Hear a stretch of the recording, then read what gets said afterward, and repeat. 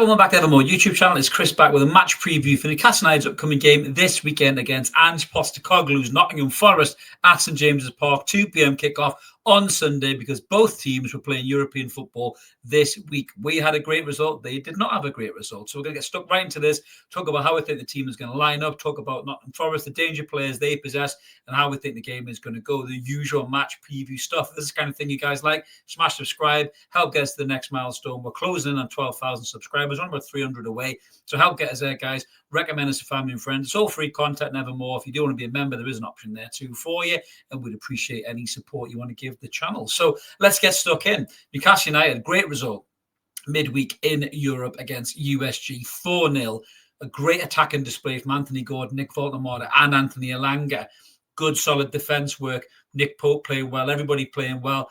Just the tonic we needed after the sickening last-minute defeat against Arsenal. Was that game? It was shocking, really. Newcastle seemed to be in front and in control, and then we just kind of let them back in, negative substitutions, players playing within themselves, and we just invited pressure on Arsenal, just picked us off. And, you know, they deserved to win, but they weren't particularly great. So what we need Newcastle to do is bring that form that they showed midweek in Champions League action back to the Premiership. You couldn't ask for a better opponent right now than Nottingham Forest, because Jesus H. Christ, that's the worst managerial decision I've ever seen from the crazy man who owns Nottingham Forest in the shape of Marinakis. We praised him about the way he handled the Morgan Gibbs White transfer. I thought he was excellent in that regard. But this fallout he had with Nuno was batshit crazy. I really feel sorry for the Nottingham Forest fans who had an unbelievable season last season. They were so unlucky not to get the Champions League. Played some great football. Chris Wood, ex-Newcastle player, smashing and goals. Elliot Anderson, ex-Newcastle player, boss in midfield. Hudson-Odoi flying. Elanga flying. All these players flying.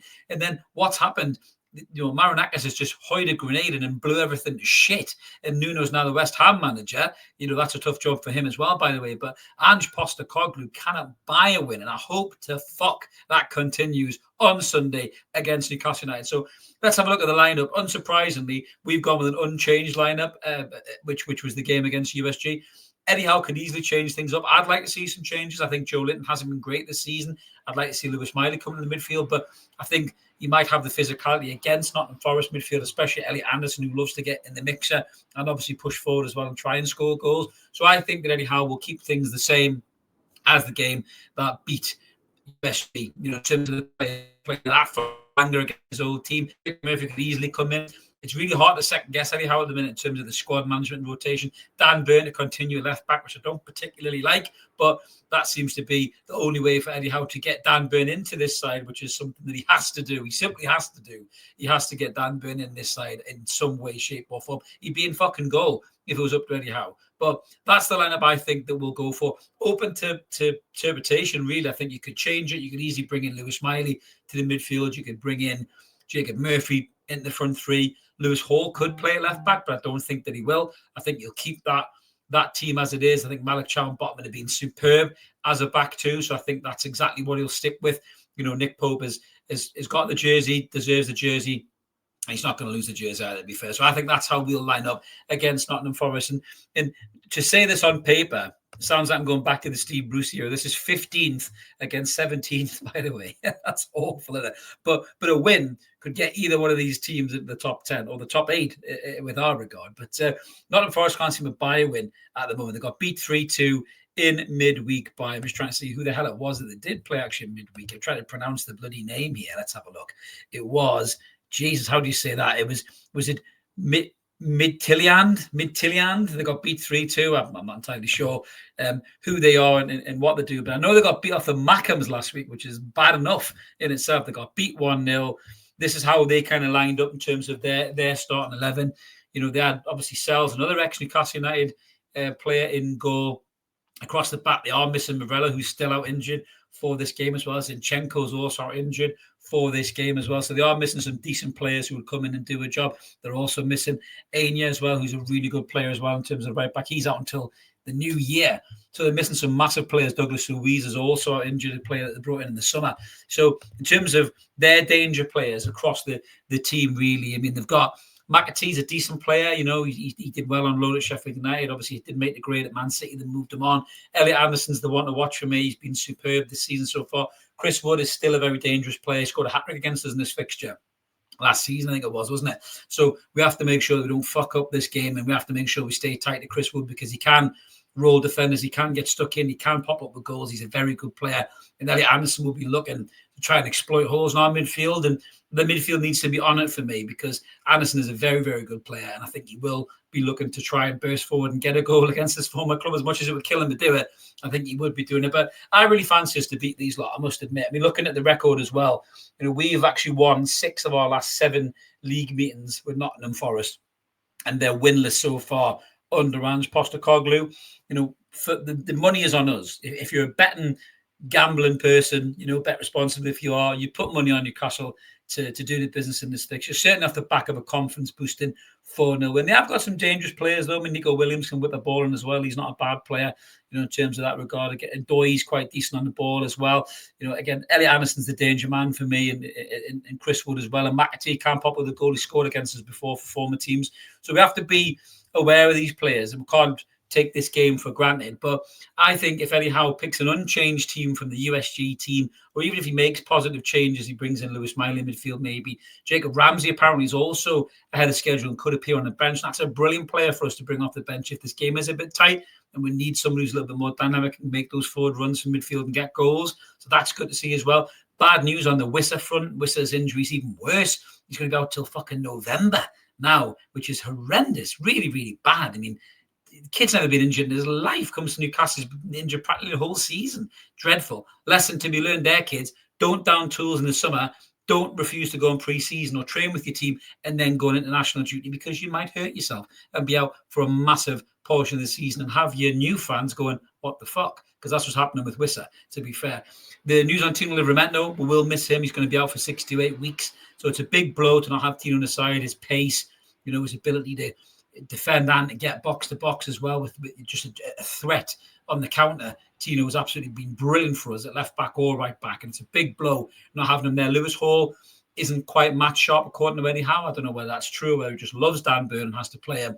But Lewis Hall did look a little bit rusty when he come on midweek. We need Lewis Hall back.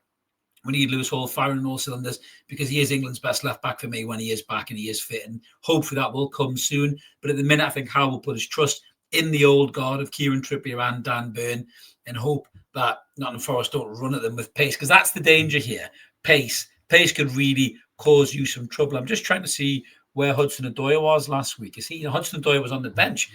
Gibbs White as well was on the bench last week, which is weird. Gibbs White, I think did he break his wrist or something in midweek, or someone thought he broke his wrist, but Gibbs White will come back into the starting 11, I'm sure, no doubt about that.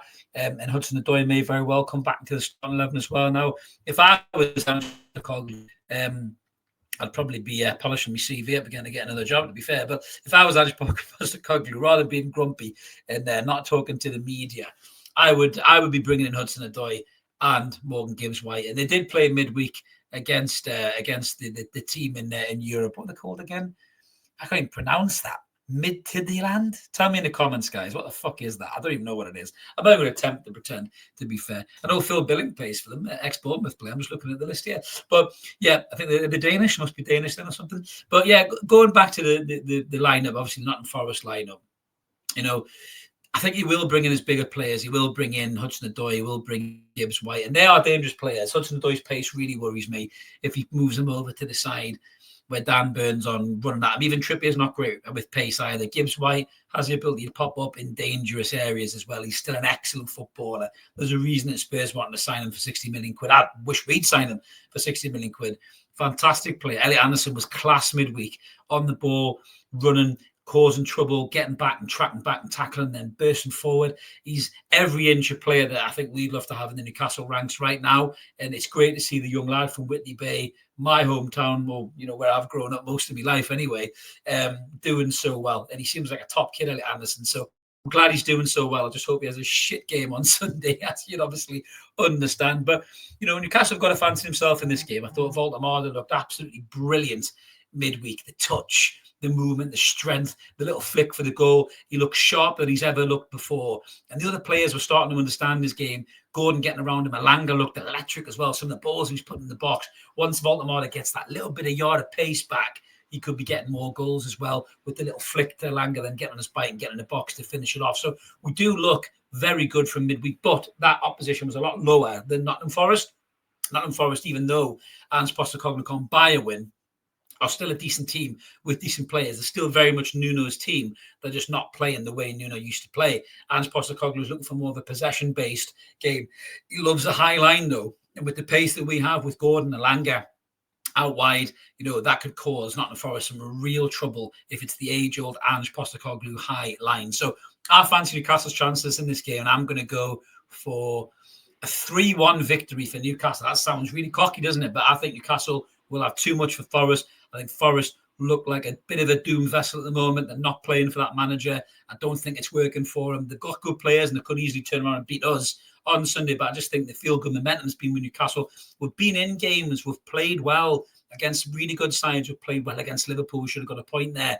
Would have got 3 if we had a striker. Played well against Villa. Would have got 3 if we had a striker.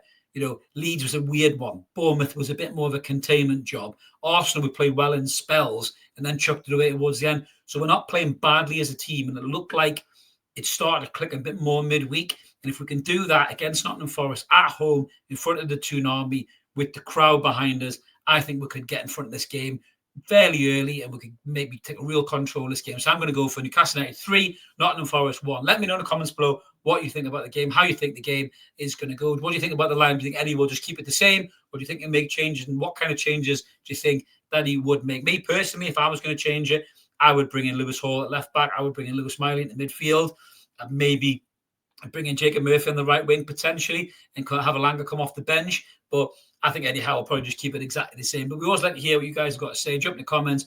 We'll do our best to reply to you as best as we can. As long as you keep it above the belt. No need for any abuse or shit. Most of you guys don't do that in this channel. We know it's all about comfortable, safe, friendly football chat. And we're all game for that. Like and subscribe. Keep it evermore. I will be back with a live post-match analysis to this game when the game finishes on Sunday. Hopefully, I'll be smiling ear to ear because Newcastle United have got to win, push back up the table. We're back in the top 8 of the Premier League where we should really be right now. But thanks for watching, guys. Keep it evermore. Have a belter.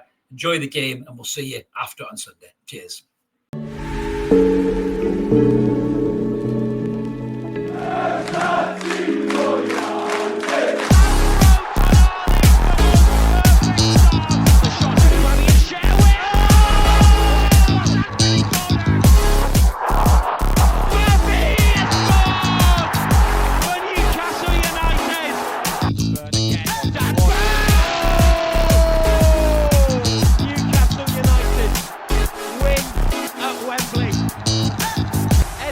Heroes celebrate. They have done it.